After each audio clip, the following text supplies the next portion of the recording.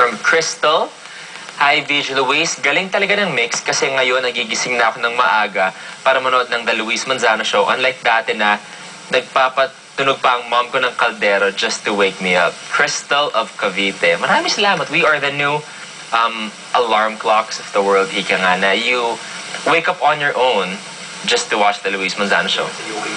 Ha? Kasabay sa UKG?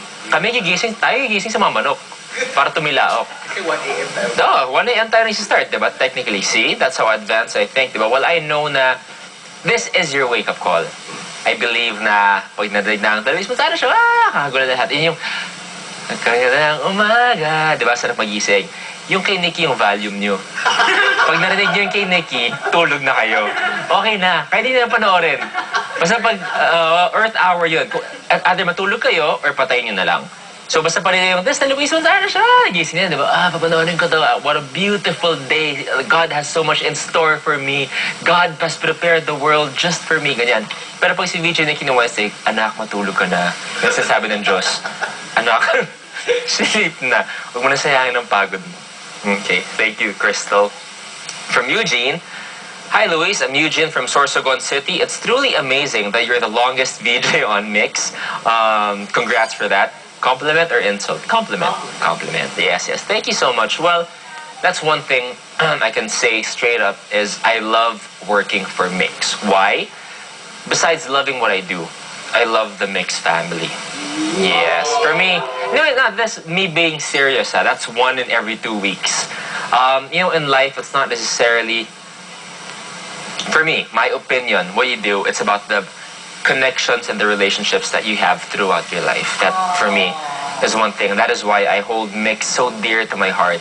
Is because not necessarily introducing the best music videos or going to the coolest places, which is a freebie para sa akin. But it's more of I get to be with my Mix family. That is my main purpose. Because ever since my second contract, di pa ako binabayaran ng Mix. Yes, di pa ako binabayaran. I'm doing this for the love. Meal stub, extra rice. Yun lang. Like, ha? Oh, pack lunch lang. Minsan, pag boss mo ng styro ulit. So, kakainin mo yung styro sa loob. Ganun lang. So, I'm doing this for the love. Love na lang talaga to. And thank you so much for noticing that. Pakisabi naman sa lahat ng David Archuleta fans na mag-vote naman sa new single ni David, yung Touch My Hand. Huwag na silang kuripot sa load.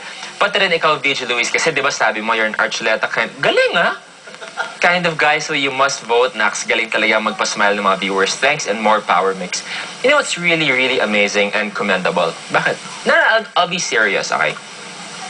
For example, the David Archuleta fans, when they vote for their idol, whether it be the Mix Daily Top 10, whether it be on Mix Mobile or the Hit Chart, you know, or the MIT, it's not like David really hears about it. You're doing something for your idol, not expecting anything in return. That's totally commendable. Unlike some people na, for example, who would vote, or for example, you'd buy tickets to a concert, you would see your idol, you'd get to some degree, interact. But it's completely different when you're actually just texting.